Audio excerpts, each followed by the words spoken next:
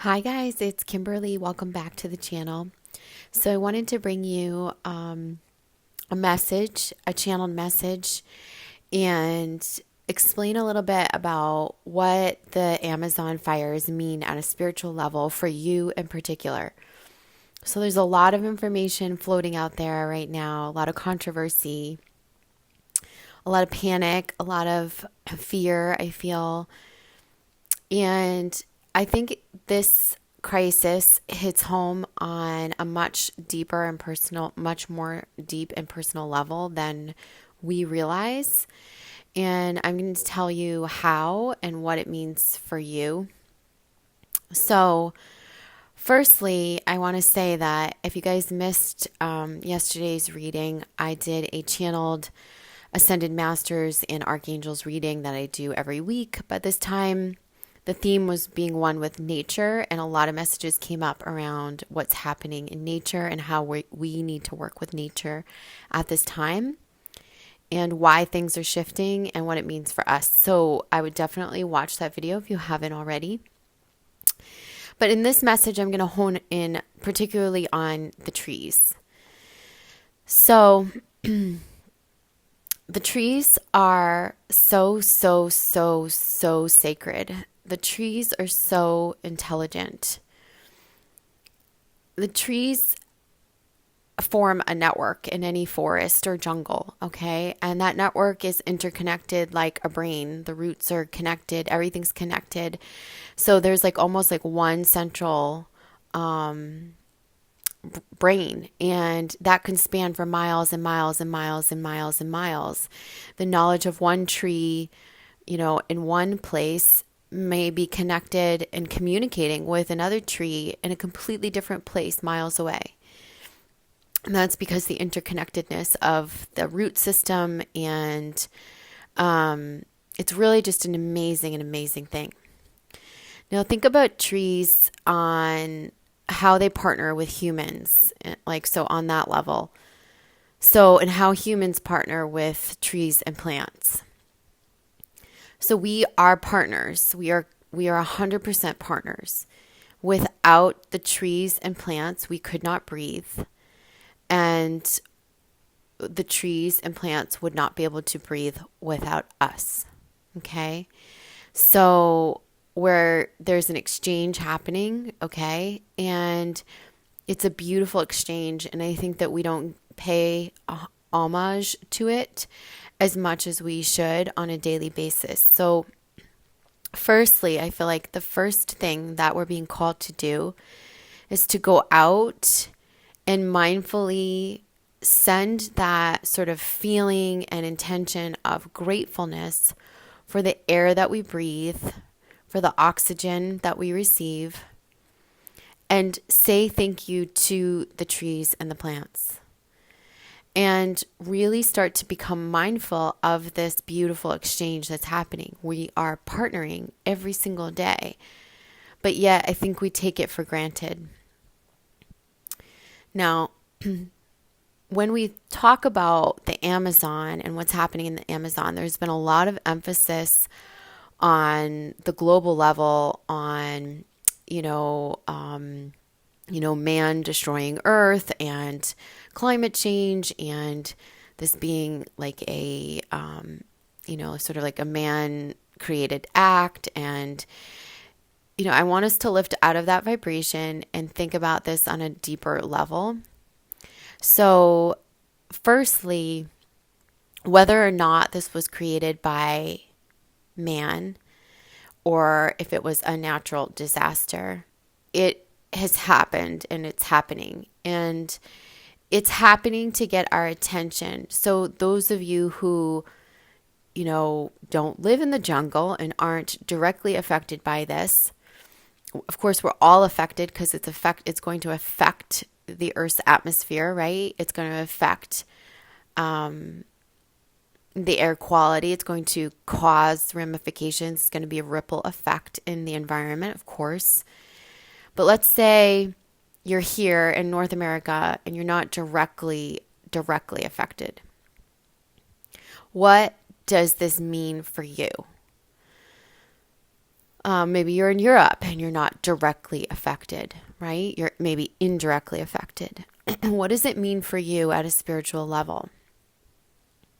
So I want to tell you what has transpired in my own healing, and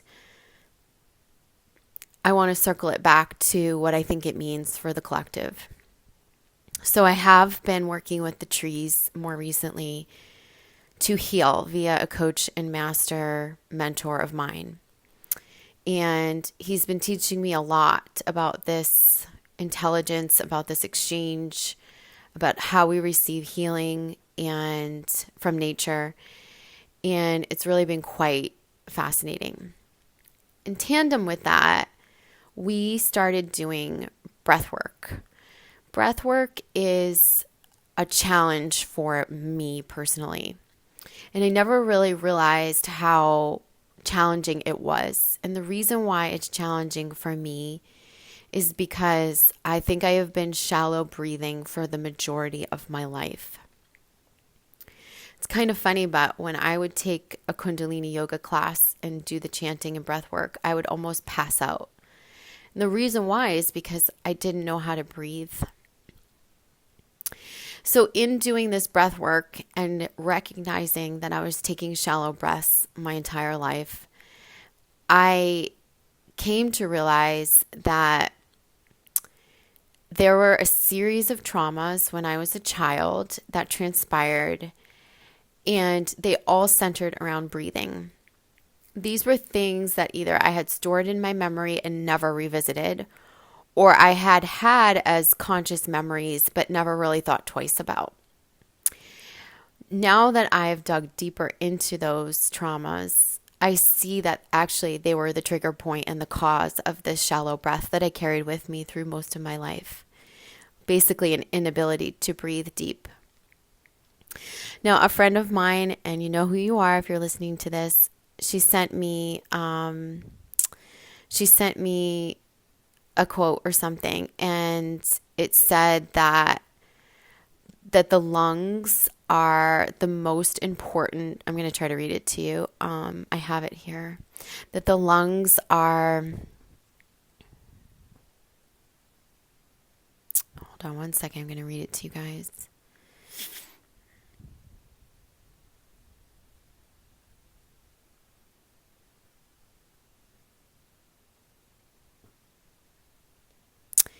Well, anyhow, the gist of it was that the lungs actually are the number one way that we excrete toxins. So we always think about like, peeing or sweating or, but they're really, it's the most of our toxins, and all of that is excreted through the lungs. So if you're taking shallow breaths, which most people do in our busy society, where we've gotten away from the nature and the rhythm of nature, where we've been not taught to hone in on the breath, where other societies teach more breath work and mindfulness around the breath. I think our society, not so much, at least in American culture where I am. So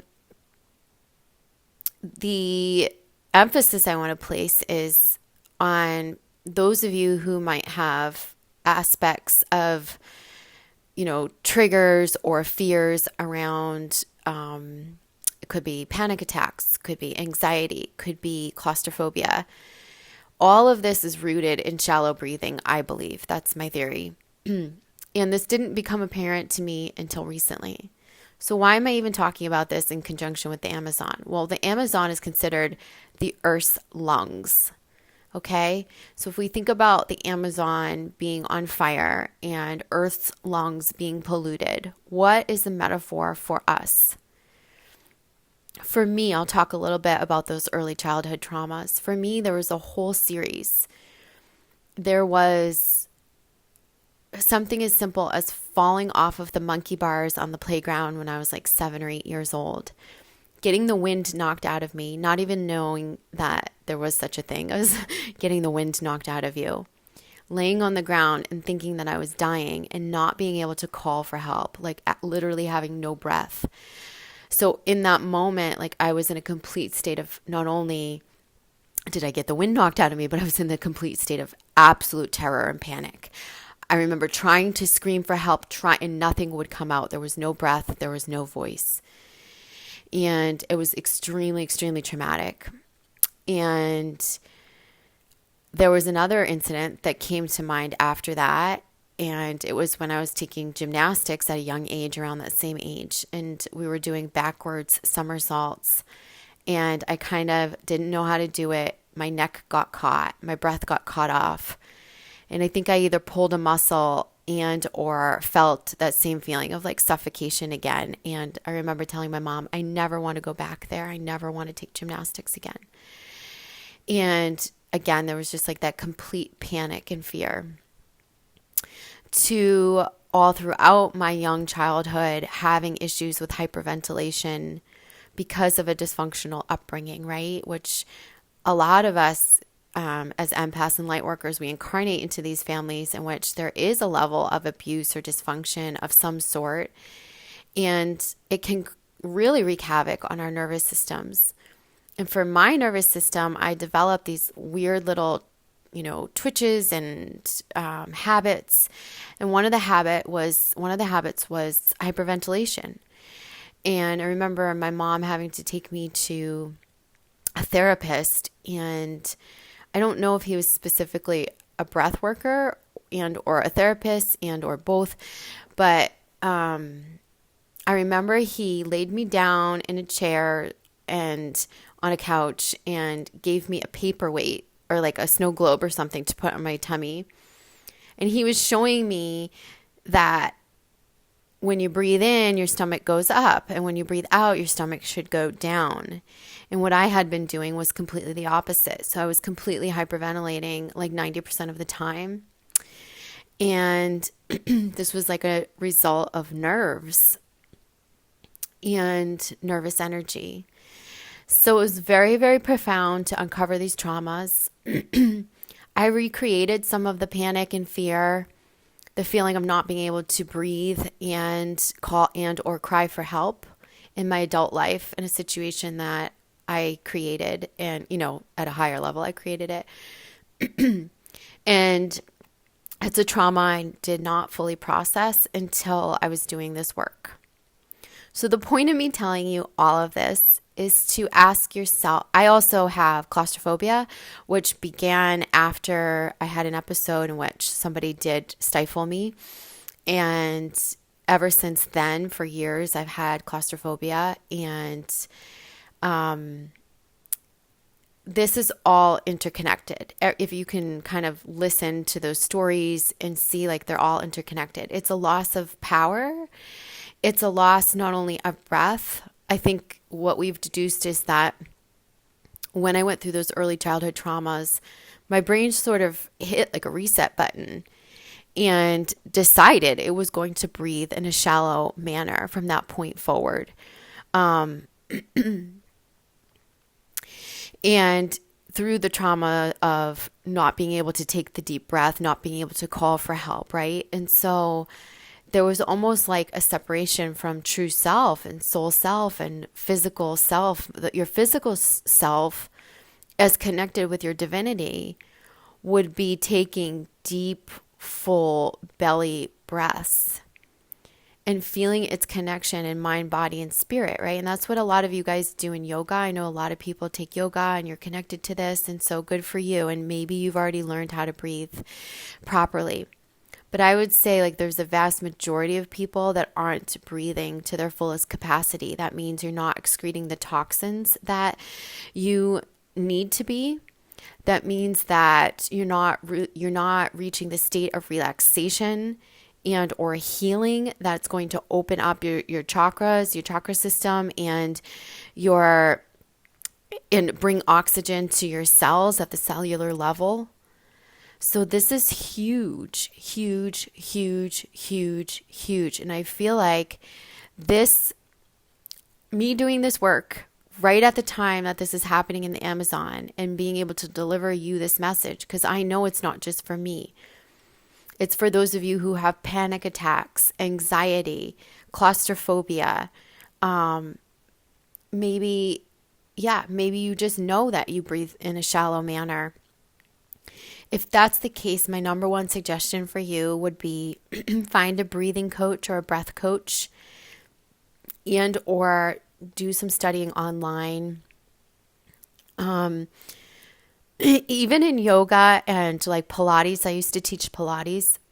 I would teach breathing in through the nose and out through the mouth. And really, that's not how you really learn how to take deep breaths. Actually, correct breathing, deep meditative breathing, oxygenating your lungs and your cells would be breathing in through the mouth, pushing the air down into your lower abdomen, and then releasing it slowly, and then beginning that cycle again. And in that, you learn and you actually push past hyperventilation. So I think it's really important for those of you who are listening to this, might be finding this, to maybe do some more work around breath, breathing, past traumas around breath, breathing. Could be anything.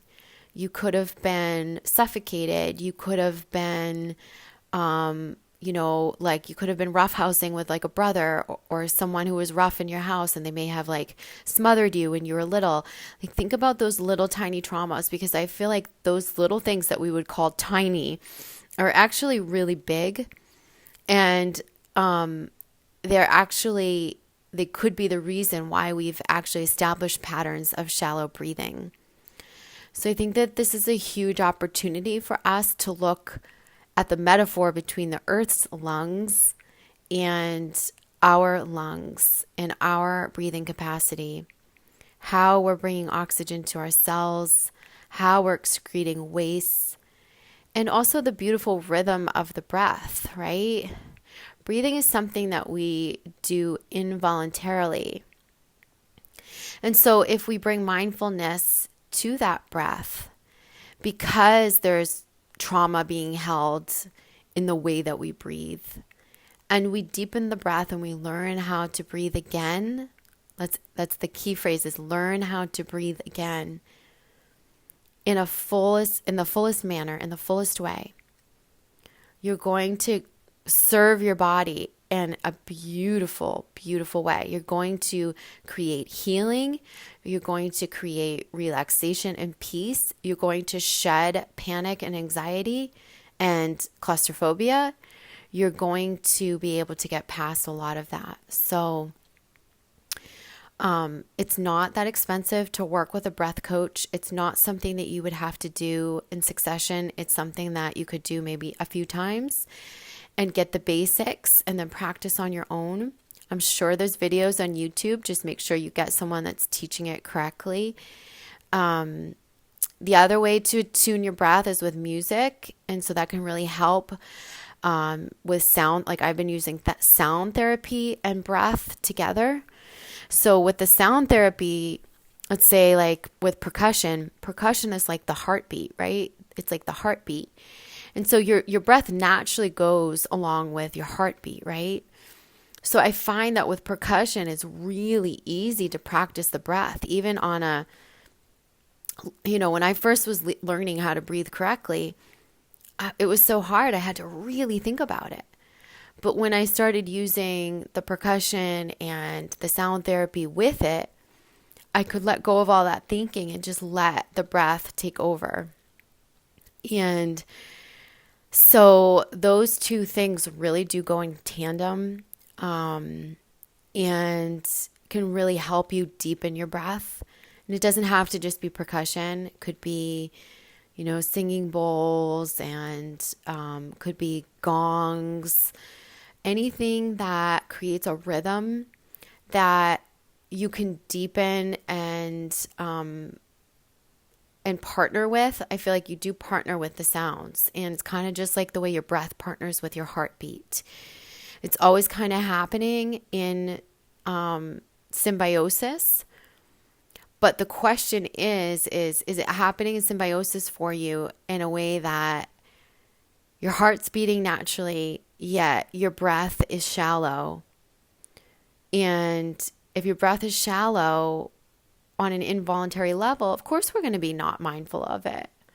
You're breathing, you're not even aware that you're taking shallow breaths. So this is a time to just listen, hone in, and learn about this. Think about also like the exchange. Go back to the trees, the exchange with the trees. The other, suggestion I would have for you would be to get out in nature more and facilitate this exchange in a more mindful level. Put plants around your home and be mindful of the exchange in that way.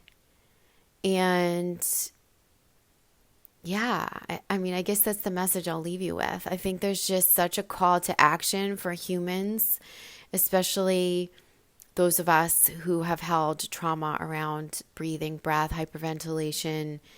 And it's really profound, you guys. So I hope that this message resonates for whoever listened to it. And I'll kind of leave it at that, although there's so much more I could say, and there's so much that's unfolding in my own healing journey. But we'll leave it at that for now, and I'll share more soon. And I love you guys. If you guys want to work with me in private session for a reading, coaching session, I have a limited schedule right now, but you can still book sessions. It's on spiritualmaterialgirl.com, or please consider donating to the channel. And I love you guys, and I'll see you soon. Okay, bye.